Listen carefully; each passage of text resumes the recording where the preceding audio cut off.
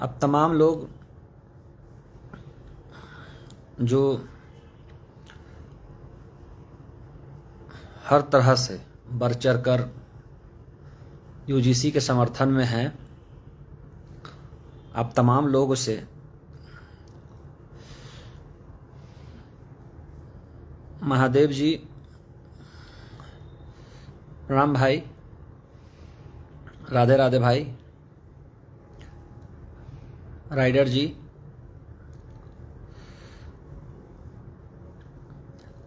आप लोगों के साथ जुड़ने का मुख्य कारण, पुनः जुड़ने का मुख्य कारण, जिस तरह से देश की जातिवादी मीडिया यूजीसी रेगुलेशन को दूसरे जात के लिए खतरा बता रही है, जिस मीडिया का काम देश को सही खबर देना है, जिस मीडिया का काम देश के लोगों के बीच सही चीजों को प्रसारित करने का है, कहीं ना कहीं देश की मीडिया आज देश में दंगा करवाना चाह रही है। कहीं ना कहीं देश की मीडिया एक तरफा बात कर रही है। शुभांकर मिश्रा जी कहां थे जब देश में काला कानून लाया गया था? से मुझे लगभग 1000 कॉल आ चुके हैं मेरे नंबर पे। मैं तमाम लोगों से कहूंगा, लाइव हूं अभी, कोई कॉल ना करें और जो भी है व्हाट्सएप मैसेज करें। 1000 से ऊपर मैंने एक नंबर जारी किया था, उस पर कॉल आया है। अभी फिलहाल कॉल ना करें, मैं लाइव में जुड़ा हुआ हूं। जब काला कानून देश में लाया गया था तो कहां थी ये शुभांकर मिश्रा? प्रशांत किशोर कहां थे? कहां था मनीष कश्यप? आज खुल के यूजीसी रेगुलेशन का विरोध कर रहा है। शुभांकर मिश्रा एक तरफा बात कर रहे हैं। देश की 80% आबादी की सुरक्षा के लिए कोई बात नहीं कर रहा, लेकिन 10% जो लोग, जिसमें कॉल आ रहा है, 80% आबादी की सुरक्षा के लिए एक रेगुलेशन लाया गया है। ये किन्हीं को नहीं पच रहा, लेकिन 10% की सुरक्षा, मैं मानता हूं कि उनकी भी सुरक्षा जरूरी है। जिन भाइयों को ये शंका हो रही है कि मुझे फंसा दिया जाएगा, मैं आश्वस्त करता हूं कि जब तक आप किसी को कुछ कीजिएगा नहीं, कोई फंसा कैसे देगा आपको? ये बताइए। जब तक घर में चोरी होगी नहीं, डकैती होगी नहीं, तब तक इल्जाम कैसे लग जाएगा? और कौन कानून गलत नहीं है इस देश में? कौन कानून? रोहित बेमुल्ला मारा गया, देश की किन मीडिया ने दिखाया कि जातीय हिंसा के चक्कर में एक विश्वविद्यालय में रोहित बेमुल्ला की हत्या हो गई? कोई मुझे बताए। शुभांकर मिश्रा जी ने क्या आपने ये कभी कहा कि रोहित बेमुल्ला की जान जातीय घृणा से पीड़ित लोगों ने ली? आपने बताया कभी? मनीष कश्यप ने कभी कहा कि देश के विश्वविद्यालयों में जो 20,000 छात्र, 18 से 23 का रिपोर्ट है, जो सूली पे टंग गए, जो ने आत्महत्या कर ली, लाखों लोग जो विश्वविद्यालय से ड्रॉप आउट हो गए, वो क्यों हुए? आपने कहा खुल के, किसी जातिवादी प्रोफेसर के कारण, किसी जातिवादी छात्र के कारण हजारों लोग हर साल फांसी पे चढ़ते हैं, अपने आप को मार लेते हैं, पढ़ाई छोड़कर गांव की ओर लौट जाते हैं। उनके लिए कौन सोचेगा? आज आप आ गए चंद लोग। मैंने कभी नहीं कहा कि स्वर्ण समाज में सभी लोग उस तरह के हैं, लेकिन चंद लोग ही कहीं ना कहीं इस बीमारी का जड़ है, और यह चंद लोगों के लिए लाया गया है। ये जो लोग विरोध कर रहे हैं, ये बहुत बढ़िया से जानते हैं कि आने वाले समय में, चूंकि हमारी आदत है लोगों को परेशान करना, जातीय गालियां देना, जातीय भावना से देखना, ये लोग जानते हैं कि हमारी कहीं ना कहीं ये आदत है, और हम इस आदत के चक्कर में इस रेगुलेशन के अंडर आ जाएंगे, इस कानून, इस नियम के अंदर आ जाएंगे। इसीलिए लोग डर रहे हैं। लेकिन देश की जो जातिवादी मीडिया बड़े बड़े संस्थानों में बैठी हुई है, वो इस तरह से खोखली है, जातिवादी मानसिकता की है, मैं तो नहीं सोच सकता था। और हमारे जो लोग हैं, छोटे छोटे क्रिएटर हैं, इन्फ्लुएंसर हैं, यूट्यूब वाले हैं, जिनके अच्छे रीच और फॉलोवर हैं, वो चुपचाप तमाशा देख रहे हैं। आप क्यों नहीं बोल रहे हैं?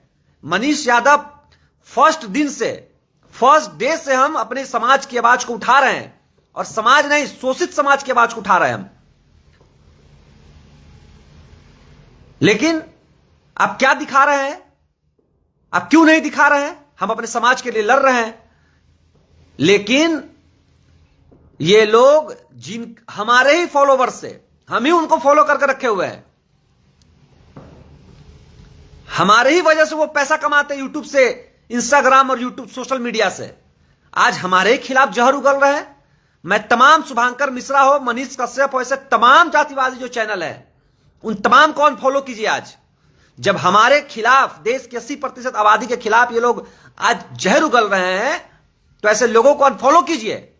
कहां गए हिंदू राष्ट्र का डंका पीटने वाले? क्या हिंदू राष्ट्र में हमें सुरक्षा मिल गई तो आप लोगों के पेट में दर्द हो रहा है? और उसी हिंदू राष्ट्र में जब हम कामर ढोते हैं, जब किसी दंगे में हमें सबसे आगे कर दिया जाता है हिंदू के नाम पे, जब हमारी मौत हो जाती है, जब हमें गुंडा और मवाली कहा जाता है, तब आप कहां रहते हैं? तब कहां? सबसे ज्यादा ओबीसी, एससी, एसटी के लोगों पे आज भी जातीय उन्माद का केस है। क्यों? क्योंकि हमें हिंदू बनाकर इस जाल में ढकेला गया, धर्म के डाल में। और जब आज विश्वविद्यालय में पढ़ने के लिए हमारे बच्चों को सुरक्षा दी जा रही है, तो आप लोग कहां हैं? कहां मर गए? क्यों आपके पेट में दर्द हो रहा है? देश के संसद में जो सरकार आज टिकी हुई है, सबसे ज्यादा संख्या हमारी है, सबसे ज्यादा संख्या। क्या उसके बच्चों को विश्वविद्यालय में सुरक्षा का भी अधिकार नहीं है? जो कानून बना क्यों रहे भाई? हमें अधिकार नहीं है जीने का? आप क्या चाहते हैं? क्या से 100 साल की तरह हम गर्दन झुका के आपके तरफ से गुजरे? विश्वविद्यालय में आप गाली सुने, आपका मेरिट होते हुए 0 नंबर पाए? ये चाहते हैं आप लोग?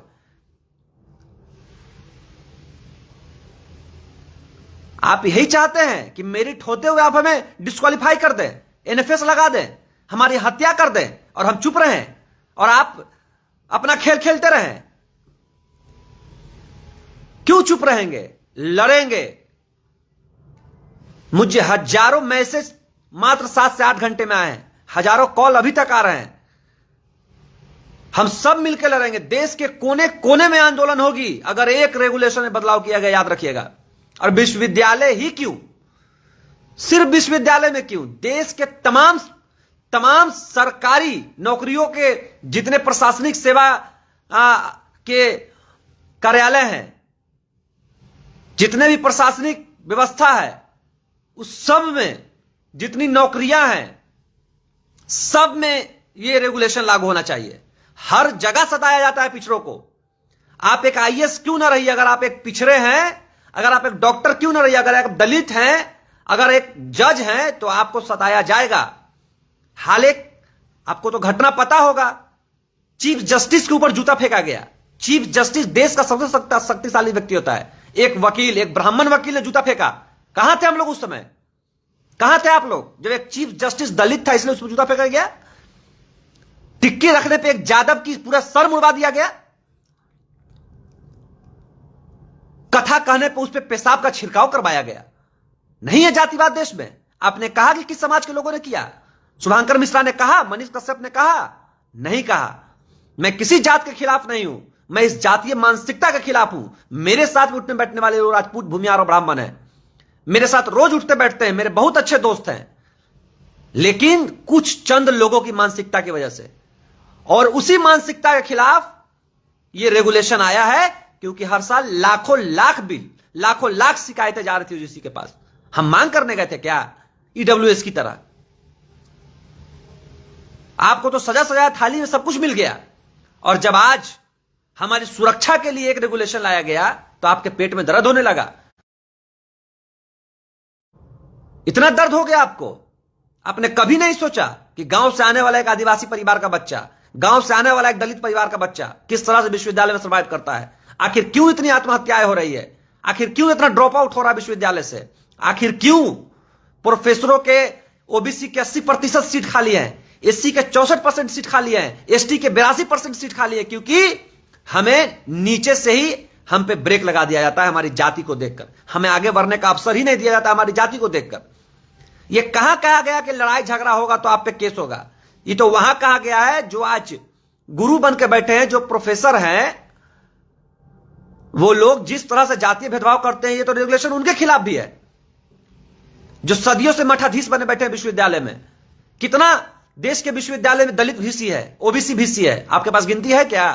कितने देश के बड़े बड़े चेयरपर्सन दलित और ओबीसी है? आपके पास गिनती है क्या? एक रेगुलेशन, छोटा सुरक्षा का रेगुलेशन मिला, हिंदुत्व आज टूट गया, हिंदुत्व खत्म हो गया एक रेगुलेशन से। हम आज दलित हो गए, आप ब्राह्मण हो गए, हम शेड्यूल कास्ट हो गए, आप राजपूत हो गए, हम एसटी हो गए, आप भूमियार हो गए। और तब जातिवाद कहां था भाई? जब विश्वविद्यालय में जाति का ताना दिया जाता है, तब भेदभाव कहां था? आज भेदभाव है और पहले भेदभाव नहीं था जब हमें जाति का ताना दिया जाता था। ये बताइए, मैं वर्तमान में किसी दल का हिस्सा नहीं हूं और मुझे अपने समाज के लिए, और समाज छोड़िए, अगर किसी भी शोषित व्यक्ति के लिए, वो किसी समाज का हो, किसी जात का हो, उसके साथ मुझे अकेला भी खड़ा होना पड़ा तो मनीष यादव अकेले खड़ा होगा। मैं पटना विश्वविद्यालय छात्र संघ का अध्यक्ष रहा हूं, मैंने संघर्ष देखा है, मैं जेल गया हूं संघर्ष के लिए। बिहार एसएससी का पेपर, बीपीएससी का पेपर जब लीक होता है तो मनीष यादव ऐसा लोग आंदोलन में जेल जाता है। क्या बिहार एसएससी में सिर्फ दलित पिछड़ों के बाल बच्चे बैठते हैं? क्या जनरल के बच्चे नहीं पढ़ते हैं? विश्वविद्यालय में मैंने लड़ाई लड़ी, विश्वविद्यालय में मैंने इतना बड़ा हॉस्टल बनवाया, विद्यालय में मैंने कई चीजों को सही किया। उसका लाभ क्या सिर्फ दलित और ओबीसी लिए, जनरल के लोगों ने नहीं लिया? मेरी कभी मानसिकता नहीं रही है। मैंने बड़े बड़े आंदोलन किए हैं जिसमें पूरी तरह से छात्रों के लिए था, उसमें कोई जात समुदाय नहीं था। लेकिन आज आप हमें जातिवादी कहिएगा, इन मीडिया वाले सवाल नहीं कहिएगा। जब देश के किसान मारे गए, जब देश में किसी मामले दलितों को पीटा जाता है, उस पर पेशाब किया जाता है, महिलाओं की हत्या होती है, बलात्कार होता है, एक तरफा ये लोग कभी नहीं दिखाते हैं। और आज आप लोग हमें जातिवादी कहिएगा। मैं तमाम बहुजनों से खुल के अपील करता हूं, ऐसे चैनलों को आप अनफॉलो कीजिए, रिपोर्ट मारिए, जो भी आपके खिलाफ खबर चला रहा हो। और तमाम जो हमारी बहुजन समाज के लोग हैं, वो लोग लगातार वीडियो बनाइए, हैशटैग यूजीसी डालिए, सपोर्ट यूजीसी डालिए, स्टैंड यूजीसी डालिए, लड़िए। अगर नहीं लड़िएगा तो मारे जाइएगा, आपके आने वाले बच्चे को इसी तरह सताया जाएगा। हाल ही में बनारस में एक दलित लड़का पीएचडी में एडमिशन लेने के लिए संघर्ष कर रहा था, आपको याद होगा। इलाहाबाद यूनिवर्सिटी में एक दलित बच्ची, नामांकन उसको निकाल दिया गया पीएचडी से। तो ये तो लगातार घटनाएं हो रही है, जो घटना हाईलाइट हुआ उसको लोग जानते हैं। मैं किसी पे किसी तरह की टिप्पणी नहीं करूंगा, सब अपनी लड़ाई लड़ रहे हैं और मैं भी अपनी लड़ाई लड़ रहा हूं। जिसमें जितनी ताकत होगी वो लड़ेगी। और अगर एक सांसद, अगर हमारे, मैं तो समझता हूं कि मुंह चोर नेता हमारे समाज के, जो खुल के नहीं बोल रहे हैं, बोलना चाहिए। अगर मैं सदन में होता तो अकेले काफी होता इन लोगों पे। मैं लड़ा हूं, मैं कई बार जेल गया हूं, मैं गलत नीतियों के खिलाफ हूं और मैं लड़ूंगा, इसमें मेरी जान ही क्यों ना चली जाए, लेकिन हम लड़ते रहेंगे। क्योंकि जब हमारे समाज के लिए हम आज नहीं बोलेंगे तो हमारे समाज के लिए कौन बोलने वाला आएगा? इसीलिए खुलकर यूजीसी बिल का, यूजीसी रेगुलेशन का, जो आप कह लीजिए, इसका सपोर्ट कीजिए। जरूरत पड़ी तो हम जल्द ही सड़कों पर आएंगे, एक नया फ्रंट बनाकर, एक नया मंच बनाकर हम लोग आएंगे सड़कों पे, लड़ेंगे। ये किसी के खिलाफ हम लोग, जाति की लड़ाई ही नहीं है। सबसे बड़ी बात तो हमें यह समझाना है अपने लोगों को, यह जाति की कहां लड़ाई है, तो हमारे सुरक्षा की लड़ाई है। हम अपने आप को, अपने भविष्य को, अपने बच्चे को विश्वविद्यालय में सुरक्षित करने के लिए लड़ाई लड़ रहे हैं। हम लड़ेंगे, जिनको रोकना है रोके। आइए आप सड़क पे, आपसे दुगनी ताकत से आप सड़क पे उतरेंगे। कहां आपसे छुप के बैठे हुए हैं? कोई पार्टी के लोग हो, ओबीसी, एससी, एसटी समाज के लोग आज मंच पे आइए, वरना चुप रहिएगा। आज तक मंडल कमीशन के सारी सिफारिशें लागू नहीं हुई, आज तक। आप सोच लीजिए, 1990 के बाद आज तक हमारी आबादी होगी, आज हमारी आबादी होगी पूरे देश में लगभग 50% से ऊपर, लेकिन रिजर्वेशन ओबीसी को 27%। एसटी की आबादी होगी लगभग 30%, रिजर्वेशन 15%। ये क्या है भाई? सेंट्रल की नौकरियों में हम कहीं हैं ही नहीं, सारी सीटें खाली। देश के विश्वविद्यालयों में प्रोफेसर की सारी वैकेंट सीटें एससी एसटी ओबीसी की है। हम कहां जा रहे हैं? हम तो राम मंदिर बनवाने में उलझे हुए हैं। हम तो अपने यहां कथावाचकों को सुनने में लगे हुए हैं, जो भीड़ लगाकर हमें कथा सुना रहे हैं कि डेली तुलसी जी में जल ढारिए, डेली दिया जलाइए और अपने बाल बच्चों के लिए मत बोलिए, चुप रहिए। हमें अपना भविष्य बता रहे हैं और हम लोग क्या कर रहे हैं भाई? चुपचाप अपने भविष्य को बर्बाद कर रहे हैं। इसीलिए लड़िए लड़िए लड़िए, कोई लड़ने नहीं आएगा। आज समझ में आ गया हिंदू क्या हिंदू होता है, हिंदुत्व होता है। एक से एक हिंदुत्व की परिभाषा बोलने वाले जो दलित पिछड़ों को आगे कर सीने पे गोली खिलवाते हैं और केस खिलवाते हैं, आज कोई आपके समर्थन में नहीं है। हर दिन समय लाता है और यह समय आज आया है जब लड़ना पड़ेगा और सभी का चेहरा बेनकाब हो चुका है। मुसलमानों से खतरा था, हमें मुसलमानों से खतरा था। कौन मुसलमान हमारे विरोध में सड़कों पे है भाई? बताओ, कौन मुसलमान हमारे विरोध में सड़कों पे है? कोई है मुसलमान जो ये कह रहा है कि यूजीसी रेगुलेशन नहीं होना चाहिए? पानी हो चुका। कौन हमारे साथ, कौन हिंदुत्व के साथ? ये लोग आज भी नहीं चाहते कि हम इनकी बराबरी में बैठे। कुछ लोग, ये लोग, वही कुछ लोग देश चला रहे हैं और ये आंदोलन यही लोग करवा रहे हैं, आरएसएस के लोग करवा रहे हैं। इन लोगों को पोक किया जा रहा है, इन लोगों को डराया जा रहा है आरएसएस के द्वारा। और आप लोग घरों में बैठकर सरस्वती पूजा मना रहे हैं। आप लोग बात करने से डर रहे हैं।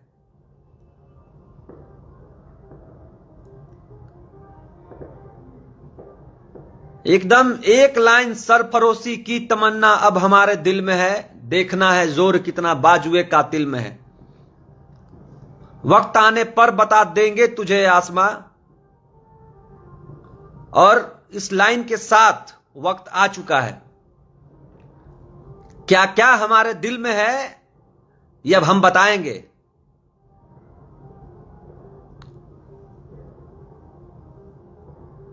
और आप तमाम लोगों को जो इस मुहिम में जुड़े, मेरे व्हाट्सएप पे कम से कम 2000 के आसपास मैसेज आया है।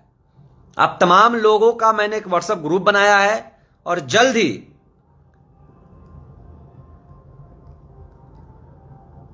ही जरूरत पड़ी तो पटना में एक जन सैलाब उतरेगा और पूरे बिहार और देश में, मैं बिहार के कोने कोने में आऊंगा, मैं देश के कोने कोने में आऊंगा। आप लोग मुझे बुलाइए, मैं लड़ने से पीछे कभी नहीं हटा हूं। मैं लड़ूंगा और देश के कोने कोने में जाकर दलित पिछड़े ओबीसी की लड़ाई को मैं लड़ूंगा। मैं आऊंगा, आप कार्यक्रम लगाइए, आप बुलाइए, मैं लड़ूंगा और आप तमाम लोगों के साथ में रहूंगा।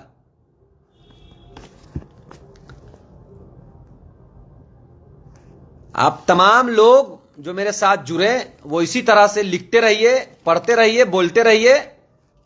मैं आपके साथ हूं। किन्हीं का कोई सवाल है अगर?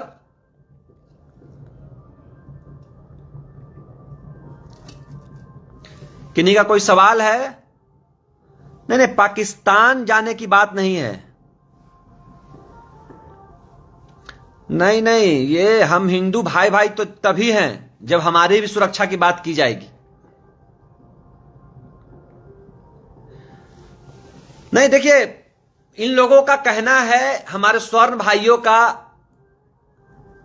कि जो कमिटी बने यूजीसी रेगुलेशन में उसमें हमारे लोग रहें। तो आप बताइए कि जितने विमेंस सेल हैं, बहुत सारे सेल काम करते हैं, एससी एसटी सेल हैं, अगर अन्याय करने वाले को ही कमिटी में बैठा दिया जाए उनके लोगों को, तो क्या न्याय मिल पाएगा किसी के साथ? कभी नहीं मिलेगा। तो आप तमाम लोग, सुदीप कुमार यादव जी, ईडब्ल्यूएस आरक्षण तो पूरी तरह से गलत था, लेकिन आर्थिक आधार पर आरक्षण का कोई प्रावधान ही नहीं था देश में, लेकिन फिर भी आर्थिक आधार पर आरक्षण दिया गया। हम लोगों को भी लगा कि चलो गरीबों को जरूरी है, लेकिन कहां, इस ईडब्ल्यूएस आरक्षण का भी गलत फायदा उठाया जा रहा है। एक गरीब ईडब्ल्यूएस आरक्षण नहीं ले पा रहा है, कौन गलत आरक्षण ले रहा है? तो कानून ही ना बने, ऐसा थोड़ी कानून ना बने अगर गलत इस्तेमाल हो तो। इस डर से तो आरटीआई का भी गलत इस्तेमाल हो रहा है, बहुत सारे कानून है जिसका गलत इस्तेमाल हो रहा है, तो इस डर से ऐसा थोड़ी कानून नहीं बनेगा। मैं आप तमाम भाइयों से फिर से कहता हूं, सड़क पे आने के लिए तैयार रहिए, गांव कस्बा में बैठिए, अपने बच्चों को समझाइए इस रेगुलेशन के बारे में। गांव में जहां बैठिए, छोटे छोटे जगह पे वहां बताइए। जो लोग हिंदुत्व की परिभाषा देते हैं वहां जाके बताइए कि आज हमारी बात होगी तो हम हिंदू रहेंगे ही नहीं, हम वही दलित पिछड़ा हो जाएंगे।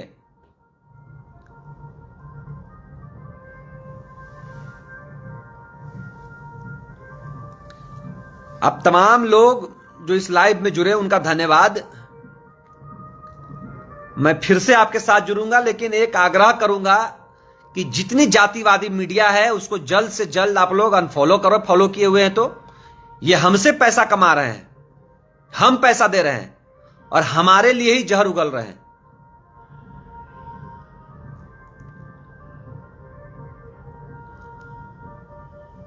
बहुत बहुत धन्यवाद।